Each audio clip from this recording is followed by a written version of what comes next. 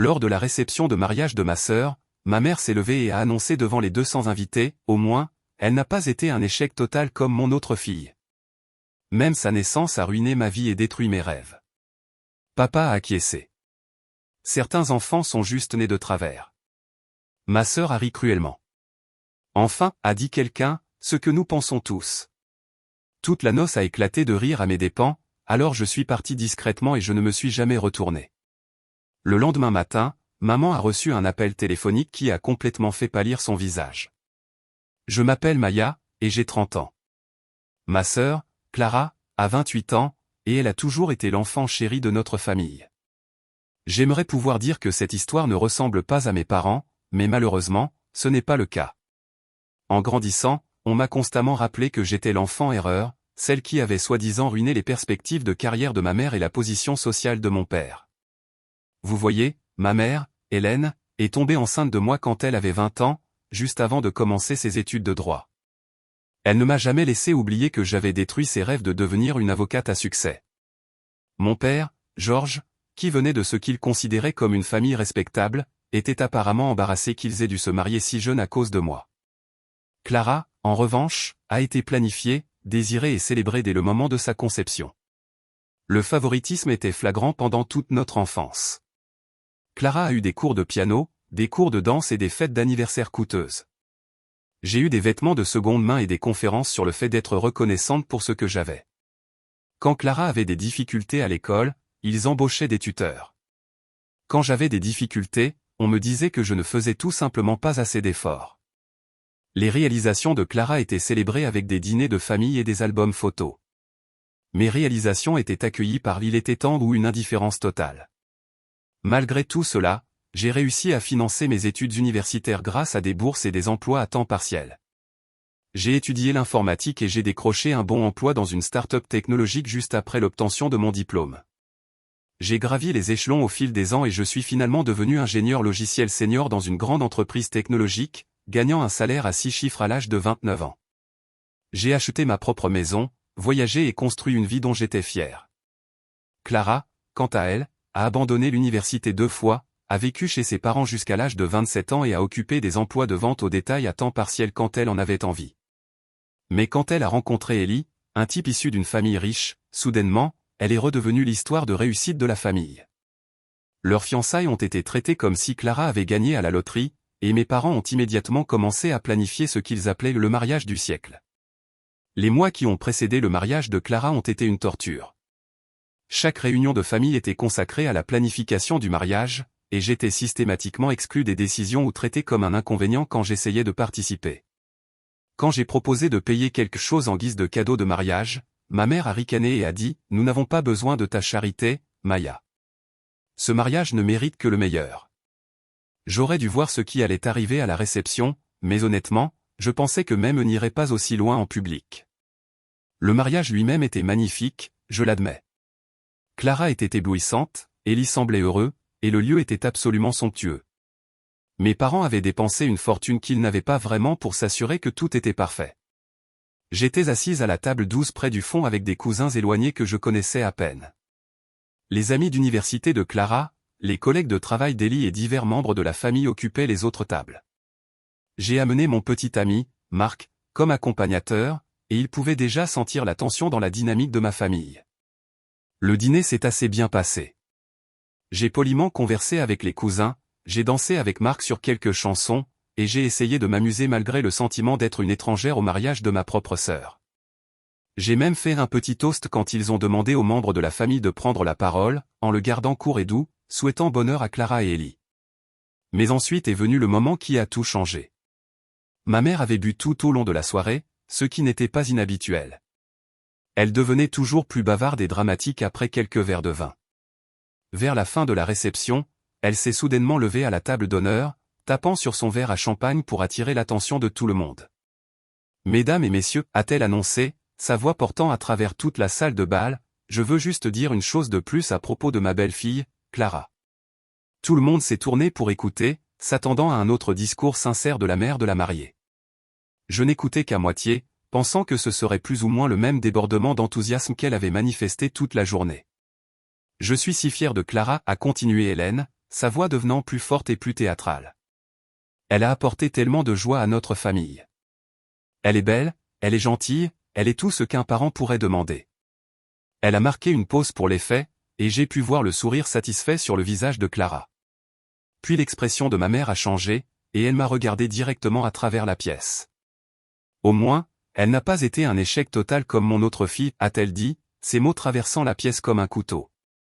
Même sa naissance a ruiné ma vie et détruit mes rêves. La pièce est devenue complètement silencieuse. J'ai eu l'impression d'avoir reçu un coup de poing dans l'estomac. 200 personnes me regardaient maintenant, et je pouvais sentir mon visage brûler de honte et de rage. Marc m'a attrapé la main sous la table, mais j'étais figé sur place. Mon père, Georges, enhardi par la cruauté de sa femme, a décidé d'intervenir. Il a acquiescé sagement et a ajouté, « Certains enfants sont juste nés de travers. Ce n'est la faute de personne, vraiment, mais certains enfants ne sont jamais à la hauteur de ce que leurs parents espéraient d'eux. » Le silence s'est étiré pendant ce qui a semblé être des heures, mais n'a probablement duré que quelques secondes. Puis, à mon horreur absolue, Clara a commencé à rire. Pas un rire nerveux ou un petit rire mal à l'aise, mais un rire sonore et cruel. Enfin, a dit Clara, levant son verre à champagne, enfin quelqu'un a dit ce que nous pensons tous. C'est à ce moment-là que le barrage a cédé. Les garçons d'honneur d'Élie ont commencé à glousser, certains de mes proches ont commencé à rire nerveusement, même certains des invités qui me connaissaient à peine se sont joints à eux, pensant probablement que c'était une sorte de roast familial ou de blague privée. Toute la noce a éclaté de rire à mes dépens. Je suis resté assise là pendant peut-être 30 secondes, absorbant la scène. Ma propre famille venait de m'humilier publiquement devant 200 personnes lors de ce qui était censé être une célébration. Ils m'avaient transformé en la blague de leur jour de mariage parfait. Marc était furieux à côté de moi, commençant à se lever, probablement pour me défendre ou les confronter, mais j'ai posé ma main sur son bras et j'ai secoué la tête. Je n'allais pas faire une scène. Je n'allais pas leur donner la satisfaction de me voir craquer en public. Au lieu de cela, je me suis levé discrètement, j'ai pris mon sac à main et je suis sorti. Marc m'a suivi, et nous avons quitté la réception sans dire un mot à personne. Les rires résonnaient encore derrière nous alors que nous traversions le hall de l'hôtel jusqu'au parking. Maya, a dit Marc une fois que nous sommes arrivés à la voiture, c'était absolument inacceptable. Nous devrions retourner là-bas et... Non, ai-je dit fermement, c'est fini ici. J'en ai fini avec eux tous. Le trajet de retour a été silencieux. Marc savait que j'avais besoin d'espace pour digérer ce qui venait de se passer.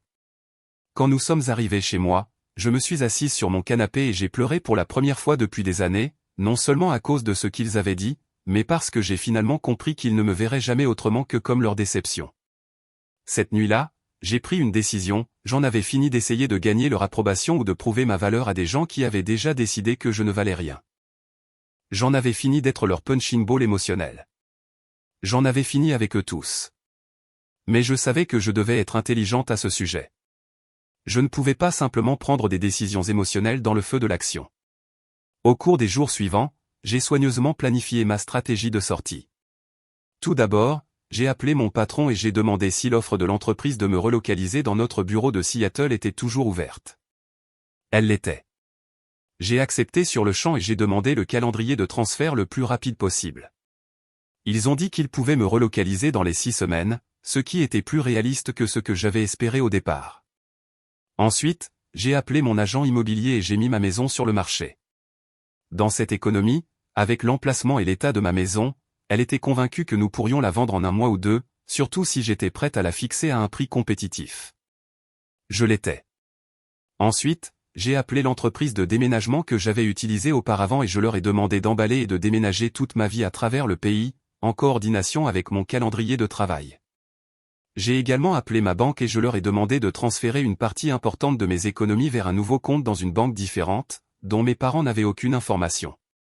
Au cours des jours suivants, j'ai consulté un avocat au sujet de mes options concernant la situation hypothécaire.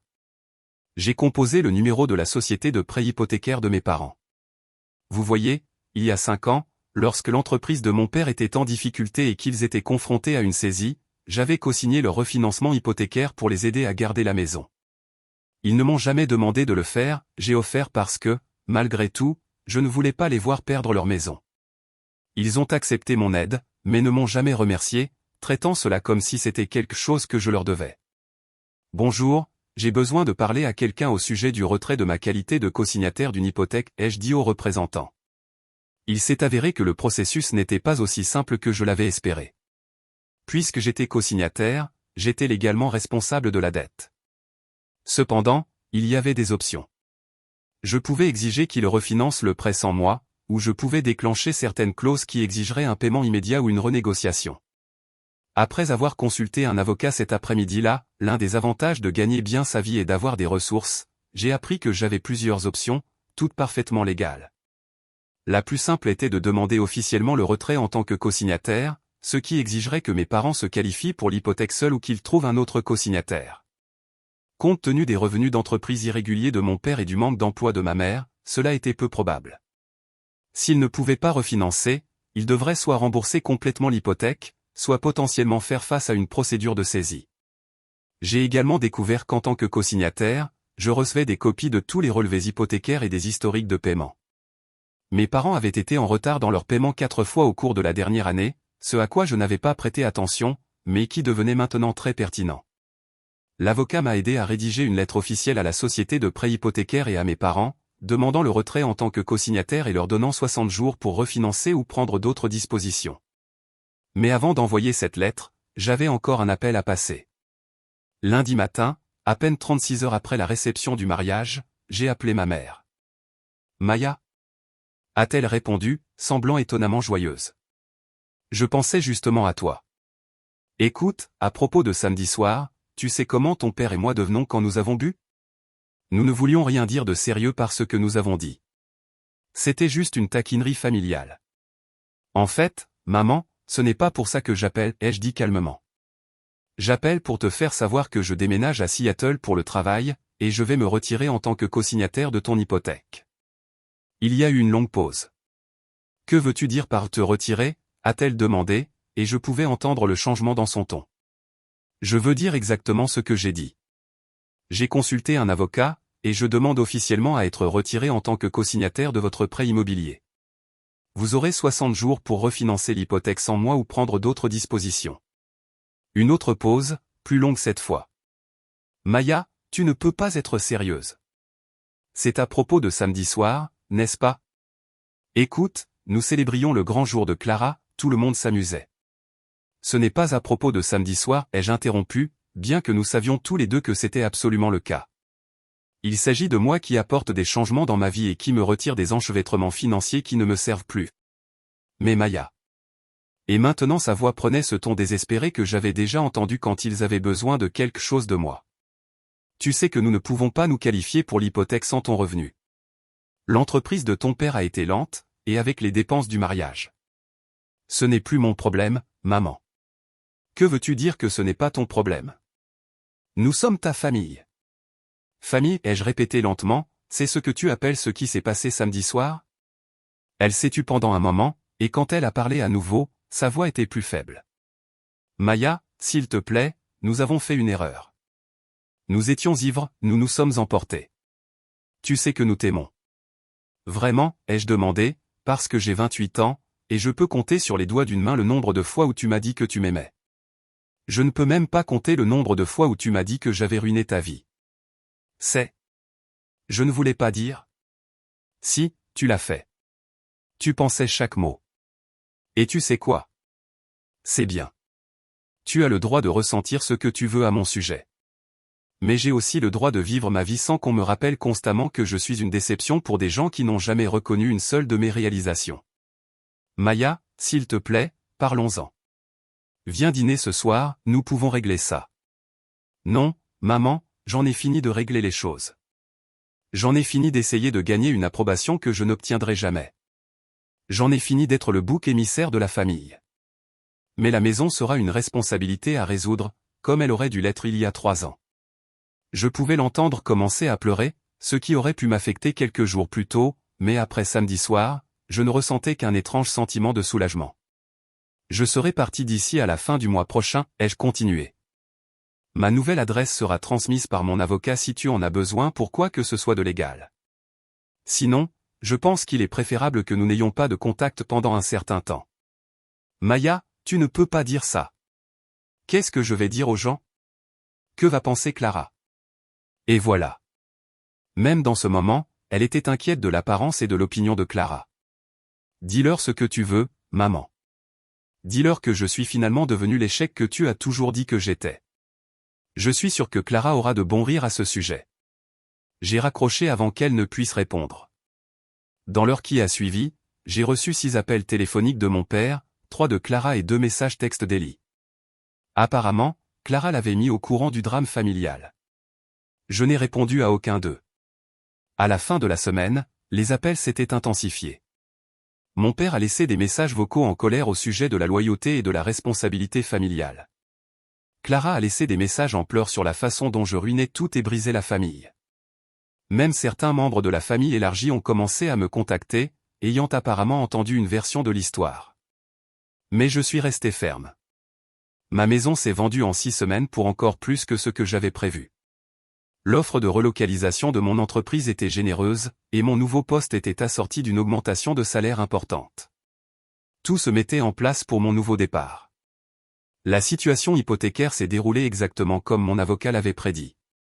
Mes parents ont essayé désespérément de refinancer seuls, mais sans mon revenu pour garantir le prêt, aucune banque ne les approuverait. Ils ont contacté d'autres membres de la famille pour co-signer, mais personne ne pouvait se qualifier ou ne voulait assumer cette responsabilité. 2 mois après mon appel téléphonique, ma mère m'a appelé à nouveau. Cette fois, elle avait l'air différente, brisée. « Maya » a-t-elle dit doucement, « nous allons perdre la maison. » Je suis désolé d'entendre ça, ai-je répondu, et je l'étais sincèrement. Je ne voulais pas qu'ils soient sans abri. Je voulais juste qu'ils comprennent que leurs actions avaient des conséquences. S'il te plaît, a-t-elle chuchoté, je ferai n'importe quoi. Je m'excuserai publiquement, je dirai à tout le monde à quel point tu es une réussite, je réparerai ça. Il est trop tard pour ça, maman. Il ne peut pas être trop tard. Tu es ma fille. Le suis-je? Parce qu'au mariage de Clara, tu as clairement indiqué que tu n'avais qu'une seule fille, et ce n'est pas moi. Elle pleurait plus fort maintenant. J'étais ivre, j'étais stupide, je ne le pensais pas. Tu me dis des choses comme ça toute ma vie, ivre ou sobre. Tu n'as jamais manqué une occasion de me rappeler que j'ai ruiné tes rêves. La seule différence est que cette fois, tu l'as dit devant 200 personnes. Qu'est-ce que tu veux que je fasse? Je ne veux pas que tu fasses quoi que ce soit. Je veux que tu vives avec les conséquences d'avoir traité l'un de tes enfants comme des ordures pendant 28 ans. Maya, s'il te plaît. Je dois y aller, maman. Je commence mon nouveau travail demain, et je dois me préparer. Ce fut la dernière conversation que j'ai eue avec l'un d'eux pendant 6 mois. Pendant ces 6 mois, je me suis lancé à fond dans ma nouvelle vie à Seattle. Mon nouveau travail était stimulant et gratifiant. Je me suis fait de nouveaux amis, j'ai exploré une nouvelle ville, et pour la première fois dans ma vie d'adulte, je ne marchais pas constamment sur des œufs en essayant de prouver ma valeur à des gens qui avaient déjà décidé que je ne valais rien. La liberté était enivrante. Je pouvais prendre des décisions sans me demander ce que mes parents penseraient. Je pouvais partager de bonnes nouvelles sans me préparer à des compliments hypocrites ou à des comparaisons immédiates avec Clara. Quand j'ai obtenu une promotion 3 mois après mon nouveau travail, j'ai célébré avec mes nouveaux collègues sans cette fosse familière dans mon estomac qui venait de savoir que mes réalisations seraient minimisées ou ignorées à la maison. Ma nouvelle équipe au travail était incroyable. Ils écoutaient réellement mes idées et mettaient en œuvre beaucoup de mes suggestions pour améliorer notre architecture logicielle. Ma responsable, Tara, était particulièrement encourageante et est devenue une sorte de mentor pour moi. Elle était la première personne dans un poste de direction qui m'ait jamais fait me sentir vraiment valorisé pour mes contributions. Tu as de grandes intuitions, m'a-t-elle dit lors de l'une de nos réunions individuelles. Je comprends pourquoi le bureau du siège voulait que tu sois ici. Tu es exactement ce dont cette équipe avait besoin. Les commentaires comme celui-là me prenaient encore au dépourvu. J'avais passé tant d'années à me faire dire que je n'étais pas assez bonne que les éloges sincères me semblaient étrangers, mais lentement j'ai commencé à intérioriser ces messages positifs et à reconstruire ma confiance en moi. J'ai également commencé à développer de véritables amitiés pour la première fois depuis des années. Chez moi, j'avais toujours été sur mes gardes dans mes relations, en partie parce que j'avais peur que les gens voient les mêmes défauts en moi que ma famille soulignait toujours. Mais à Seattle, j'ai rencontré des gens qui ne savaient rien de mon histoire et qui pouvaient me voir pour qui j'étais vraiment. Il y avait Isabelle, une graphiste qui vivait dans mon complexe d'appartements. Nous nous sommes liés d'amitié grâce à notre amour commun pour la randonnée et les émissions de télé-réalité terribles. Elle était drôle et gentille, et elle ne m'a jamais donné l'impression que je devais gagner son amitié. Il y avait aussi David, un collègue qui partageait ma passion pour les romans de science-fiction vintage, et Sophie, une femme que j'ai rencontrée dans un cours de poterie qui avait le rire le plus contagieux que j'ai jamais entendu. Pour la première fois, j'ai compris ce que c'était que d'avoir des gens dans ma vie qui appréciaient sincèrement ma compagnie, pas parce qu'ils avaient besoin de quelque chose de moi ou parce qu'ils étaient obligés de me tolérer, mais simplement parce qu'ils aimaient qui j'étais. Le contraste avec mes relations familiales était frappant et douloureux. Ces nouveaux amis célébraient mes succès sans jalousie, offraient un soutien pendant les moments difficiles sans jugement et ne me donnaient jamais l'impression de marcher sur des œufs.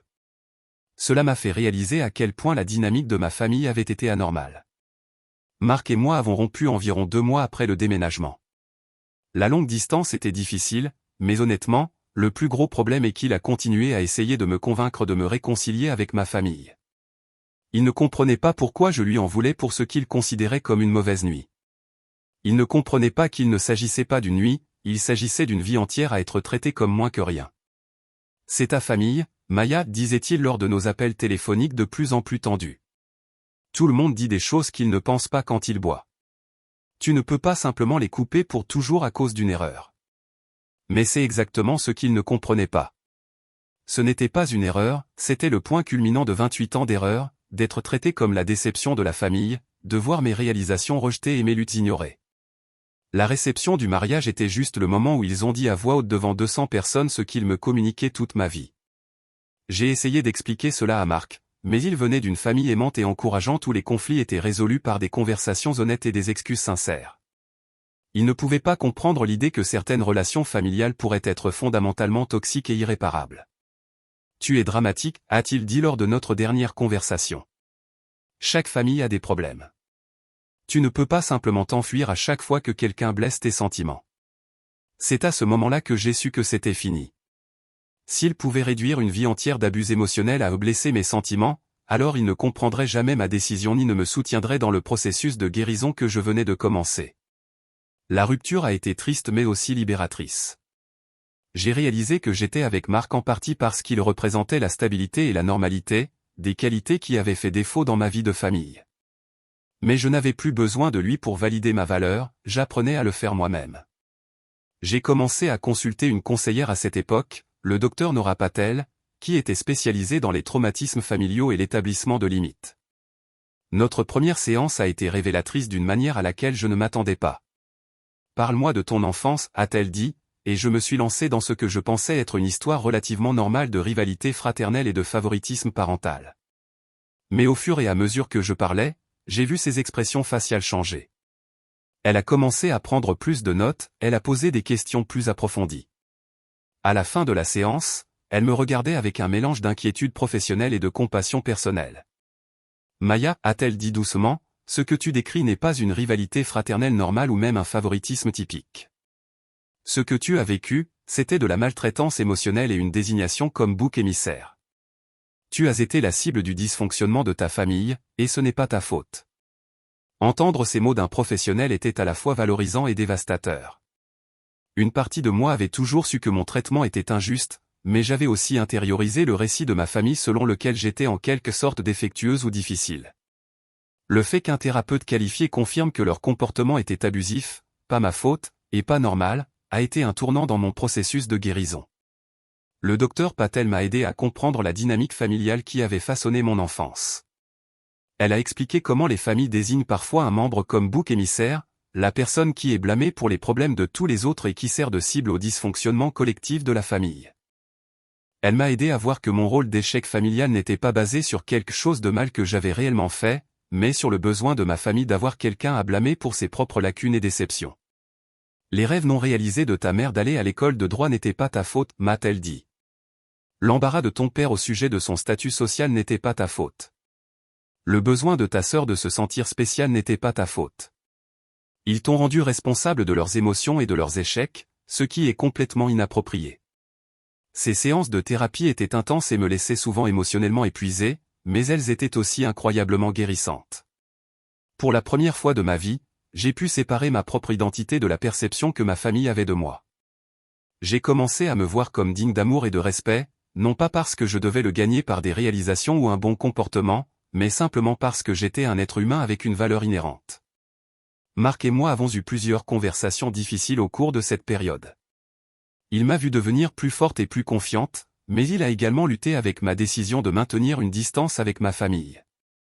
L'homme qui avait été témoin de leur humiliation publique envers moi croyait encore en quelque sorte que la famille est la famille et que je devrais travailler à la réconciliation. Par le biais de sources indirectes, principalement des publications sur les médias sociaux de cousins, j'ai appris que mes parents avaient bel et bien perdu la maison. Ils avaient déménagé dans un petit appartement de l'autre côté de la ville. L'entreprise de mon père s'était pratiquement effondrée, en partie à cause du stress et de la distraction liés à leurs problèmes financiers. Clara et Ellie avaient apparemment proposé leur aide, mais la famille d'Ellie n'était pas ravie de soutenir sa belle famille, ce qui avait causé quelques tensions dans leur nouveau mariage. Je me sentais mal pour la maison. Vraiment. C'était la maison dans laquelle j'avais grandi, et malgré tous les mauvais souvenirs, il y en avait aussi de bons. Mais je savais aussi que si je n'avais pas fait cette démarche, rien n'aurait changé. Ils auraient continué à me traiter comme leur déception personnelle tout en dépendant de mon soutien financier. 6 mois après mon déménagement, Clara m'a contacté par email. C'était un long message rempli d'excuses et d'explications. Elle affirmait avoir été emportée par le moment à son mariage, avoir bu, ne pas avoir pensé ce qu'elle avait dit. Elle m'a parlé de leurs difficultés financières, de la façon dont la famille s'effondrait, de combien elle me manquait. À la fin de l'email, elle a demandé si nous pouvions parler au téléphone. J'y ai réfléchi pendant une semaine avant de répondre. Quand je l'ai fait, je suis resté brève. Clara, j'apprécie tes excuses, mais je ne suis pas encore prête à parler. J'ai besoin de plus de temps pour digérer tout ce qui s'est passé. J'espère que toi et Ellie allez bien, et j'espère que maman et papa vont trouver une solution à leur situation. Elle a répondu immédiatement, demandant quand je pourrais être prête, s'il y avait quelque chose qu'elle pouvait faire, si j'envisagerais de venir pour Noël. Je n'ai pas répondu à cet email. Noël est venu et est reparti. Je l'ai passé avec de nouveaux amis à Seattle, en faisant de la randonnée dans les montagnes et en dînant dans un restaurant avec une vue imprenable sur la ville. Pour la première fois depuis des années, j'ai passé un Noël sans stress, sans jugement, sans avoir à défendre mes choix de vie ou à écouter des comparaisons entre Clara et moi. C'était le meilleur Noël que j'ai jamais passé. Environ un mois après le Nouvel An, j'ai reçu un appel téléphonique de ma tante Nancy, la sœur de mon père. Nous nous étions toujours bien entendus, sans être particulièrement proches. Maya, a-t-elle dit, j'espère que ça ne te dérange pas que je t'appelle. J'ai eu ton numéro par ta mère. Ça va, tante Nancy. Comment vas-tu? Je vais bien, ma chérie, mais je t'appelle parce que je suis inquiète pour tes parents et pour toute cette situation avec ta famille. Tante Nancy, j'apprécie ton inquiétude, mais... Non, attends, laisse-moi finir. Je sais ce qui s'est passé au mariage de Clara. Ta cousine Tera était là, et elle m'a tout raconté. Ce que tes parents ont fait est inexcusable. Cela m'a surprise, je m'attendais à ce qu'elle m'appelle pour me faire la morale sur la loyauté familiale et le pardon. Mais elle a continué, je pense aussi que tu devrais savoir à quel point ils sont en difficulté, pas seulement financièrement, mais aussi émotionnellement. Ta mère m'appelle en pleurant au moins une fois par semaine. Ton père quitte à peine l'appartement. Ils savent qu'ils ont fait une grosse erreur. Je suis désolé qu'ils soient en difficulté, ai-je dit, et je le pensais, mais tante Nancy, il ne s'agissait pas seulement d'une nuit. Ils me traitent comme ça depuis toujours. Je sais, ma chérie, et j'ai honte de dire que je n'ai pas parlé quand j'aurais dû le faire. J'ai vu à quel point ils vous traitaient différemment, toi et Clara, et j'aurais dû dire quelque chose il y a des années. Pourquoi ne l'as-tu pas fait? Parce que ce n'était pas à moi de le faire, ou du moins c'est ce que je me suis dit. Mais en voyant où cela a mené, j'ai réalisé que j'avais tort. J'aurais dû te défendre. Nous avons parlé pendant près d'1 heure. Elle m'a raconté plus de choses sur ce qui se passait avec mes parents, sur la façon dont l'entreprise de mon père avait complètement échoué, sur la façon dont ma mère était tombée dans une dépression et pouvait à peine fonctionner la plupart des jours. Je ne t'appelle pas pour essayer de te convaincre de régler leurs problèmes, a-t-elle dit vers la fin de notre conversation. Ils ont fait leur lit, et ils doivent s'y coucher. Mais je t'appelle pour te dire que si jamais tu décides de vouloir essayer de reconstruire une sorte de relation avec eux, je pense qu'ils ont retenu la leçon. Je ne sais pas si je suis prête pour ça, ai-je admis. C'est très bien. C'est à toi de décider ce qui est bon pour toi. Mais, Maya, pour ce que ça vaut, je veux que tu saches que je suis fier de toi. Tu as bâti une carrière réussie, tu es indépendante, tu es forte. Tu ne méritais pas la façon dont ils t'ont traité. Cet appel téléphonique m'est resté en tête pendant des semaines. C'était la première fois de ma vie qu'un membre de ma famille reconnaissait que la façon dont mes parents me traitaient était mauvaise. C'était valorisant d'une manière à laquelle je ne m'attendais pas, mais cela m'a aussi fait réfléchir à ce que je voulais réellement pour l'avenir. Voulais-je mes parents dans ma vie? Voulais-je une relation avec Clara? L'éloignement complet était-il vraiment ce qu'il y avait de mieux pour moi à long terme? J'ai décidé d'essayer la thérapie pour m'aider à surmonter ces questions. Ma thérapeute, le docteur Patel, m'a aidé à comprendre que mes sentiments étaient tout à fait valables, mais aussi que j'avais des options au-delà du choix noir et blanc du contact total ou de l'absence de contact. C'est à vous de fixer les conditions de toute relation que vous avez avec votre famille, m'a-t-elle dit.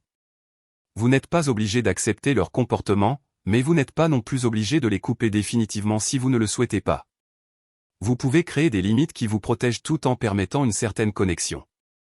Après plusieurs mois de thérapie, j'ai décidé de contacter Clara, non pas pour reconstruire notre relation immédiatement, mais pour voir si elle était sincèrement désolée et disposée à reconnaître le mal qui avait été fait.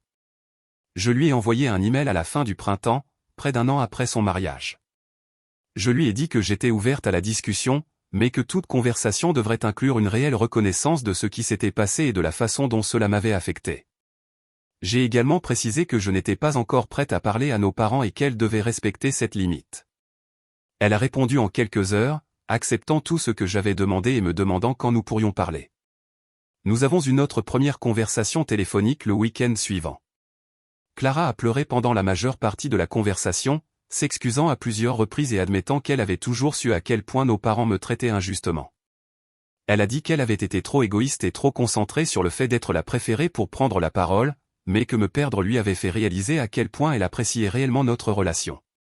Je sais que j'ai été terrible avec toi, a-t-elle dit, pas seulement au mariage, mais pendant des années avant cela.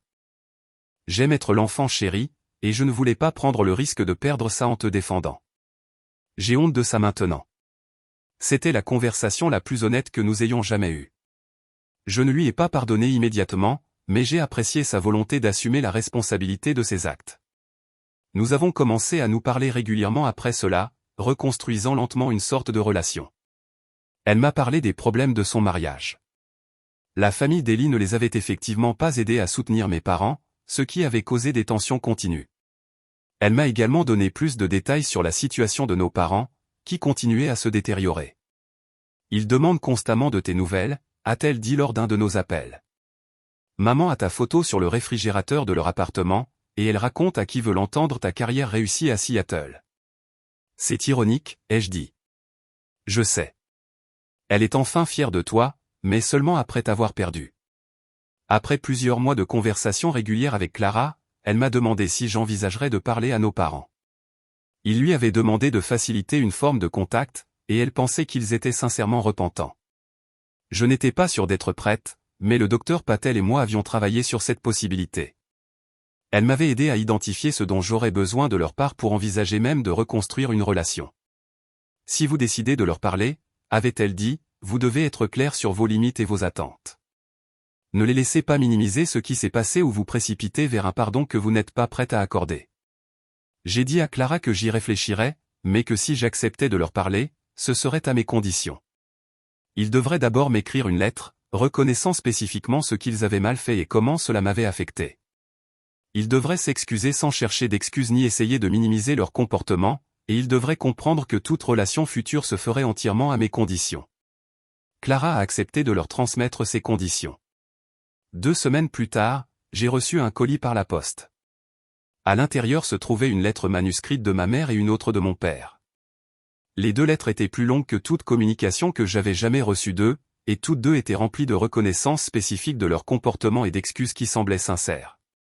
La lettre de ma mère comprenait ce paragraphe, « J'ai passé chaque jour de l'année écoulée à penser à ce que j'ai dit au mariage de Clara, et je suis horrifié par ma propre cruauté. Mais plus que cela, j'ai pensé à toutes les façons dont je t'ai fait défaut tout au long de ton enfance et de ta vie d'adulte. Tu n'as jamais été un échec, Maya. Tu n'as jamais été une erreur. C'est moi qui ai échoué, en tant que mère et en tant que personne. J'ai laissé mes propres déceptions et mon insécurité me transformer en quelqu'un qui pouvait blesser son propre enfant. Je sais que je ne peux pas défaire les dégâts que j'ai causés, mais je veux que tu saches que je le vois maintenant, et j'ai honte de la mère que j'ai été pour toi. La lettre de mon père était similaire, reconnaissant son rôle dans la création d'une dynamique familiale où j'étais constamment dévalorisé et rejeté. La lecture de ces lettres a été émotionnelle d'une manière à laquelle je ne m'attendais pas. Je voulais cette reconnaissance depuis si longtemps, mais maintenant que je l'avais, je ne savais pas quoi en faire. J'ai gardé les lettres pendant un mois avant de répondre.